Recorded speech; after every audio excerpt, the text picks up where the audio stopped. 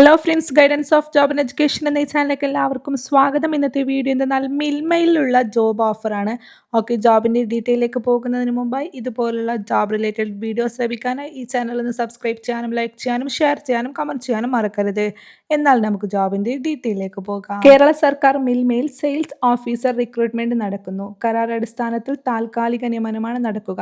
താൽപ്പര്യമുള്ളവർ കേരള സർക്കാർ CMD website സന്ദർശിച്ചിട്ട് online വഴി അപേക്ഷ നൽകണം. അവസാന തീയതി എന്നത് ജൂലൈ 9 ഇതിൻ്റെ തസ്തികയും അതേപോലെ തന്നെ ഒഴിവ് ഡീറ്റെയിൽസും നോക്കാം. Kerala cooperative milk marketing federation മിൽമയിൽ സെയിൽസ് ഓഫീസർ റിക്രൂട്ട്മെന്റ്. ആകെ ഒഴിവുകൾ 18 ഒഴിവുകളാണുള്ളത്. കരാർ അടിസ്ഥാനത്തിൽ താൽക്കാലിക നിയമനമാണ് നടക്കുക.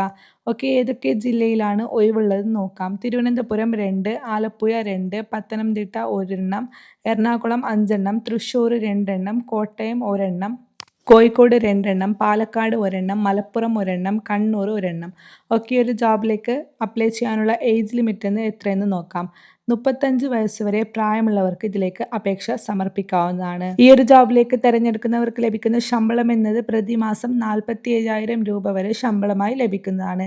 ഈ ഒരു ജോബിലേക്ക് വേണ്ട യോഗ്യത എന്നത് MBA മാർക്കറ്റിംഗ് അല്ലെങ്കിൽ അഗ്രി ബിസിനസ് മാനേജ്മെന്റിൽ PG അല്ലെങ്കിൽ ഫുഡ് സയൻസ് ആൻഡ് ടെക്നോളജിയിൽ PG. അതുകൂടാതെ ഡയറി മേഖലയിൽ 1 വർഷത്തെ സൂപ്പർവൈസറി പരിചയമുള്ളവർക്ക് മുൻഗണന എന്ന് പറയുന്നുണ്ട്. അത് നിർബന്ധമില്ല, മുൻഗണന എന്ന് മാത്രമേ പറയുന്നുള്ളൂ. ഈ ഒരു ജോബിലേക്ക് എങ്ങനെ അപേക്ഷ സമർപ്പിക്കാമെന്ന് നോക്കാം. താൽപ്പര്യമുള്ള ഉദ്യോഗാർത്ഥികൾ കേരള സർക്കാരിന്റെ CMD വെബ്സൈറ്റ് സന്ദർശിച്ചിട്ട് ഓൺലൈൻ വഴി അപേക്ഷ നൽകണം.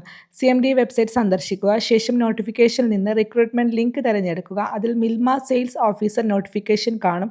അത് കറക്റ്റ് വായിച്ച് മനസ്സിലാക്കിയതിന് ശേഷം അപ്ലൈ ചെയ്യാൻ നോക്കുക.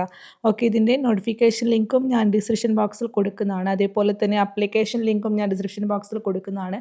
നോട്ടിഫിക്കേഷൻ കറക്റ്റ് വായിച്ച് മനസ്സിലാക്കിയതിന് ശേഷം അപ്ലൈ ചെയ്യുക. Okay, thank